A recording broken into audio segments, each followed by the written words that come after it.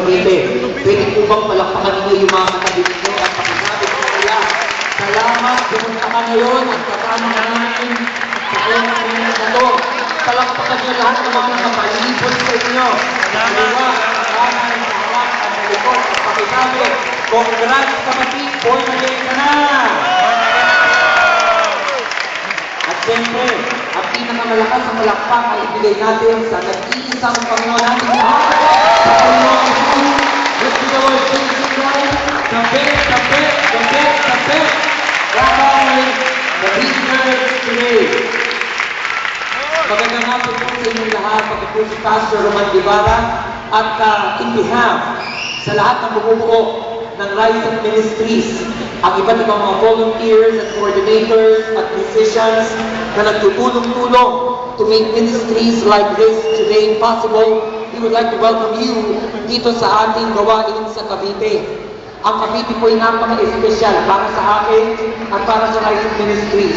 Dahil una sa lahat, besides na madalas po kami na sinusuportahan ng mga taga-Cavite pag meron kaming gawain sa iba't ibang paraan, ang aming national coordinator ay taga-Cavite, specifically taga-Naik Cavite, si Mick Maylin Poblete. Kaya palakpakan natin ang Panginoon para sa kanya. At bukod sa Mick Maylin Poblete, napakarami po natin mga volunteers mula sa Imus, Bacoor, at sa iba't ibang bahagi ng Cavite Province. Ang Rise Up Ministries po ay nagsimula noong 1994. At mula noong 1994, nagkokontak po tayo ng iba't ibang mga gawain para sa kabataan at worship teams tulad nito. Iba't ibang mga gawain tulad ng mga concerts, conferences, at camps. Dinilipon po natin ang iba't ibang bahagi ng Pilipinas, especially sa Metro Manila at sa mga probinsya na nasa Luzon. Pero nakarating na rin po tayo sa ilang probinsya sa Visayas, tulad ng Cebu, at ilang probinsya sa Mindanao, tulad ng Davao.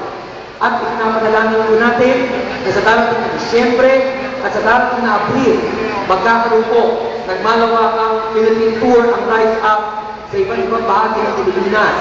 Sa December, ang gawain ng sinasaksihan sa araw na ito ay gagawin sa 5 cities o siyudad sa Calabarzon, isa sa Cavite, sa Imus, isa sa Laguna, sa Calamba, isa sa Batangas, sa Reverie, isa sa Rizal, sa Antipolo, at isa sa Quezon, sa Sariaya.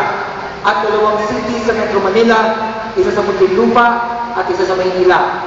Yun po ay part 1 ng Philippine Tour ng Rise Up. And then part 2 will be April of 2010. Gagawin po sa 15 cities all over the Philippines.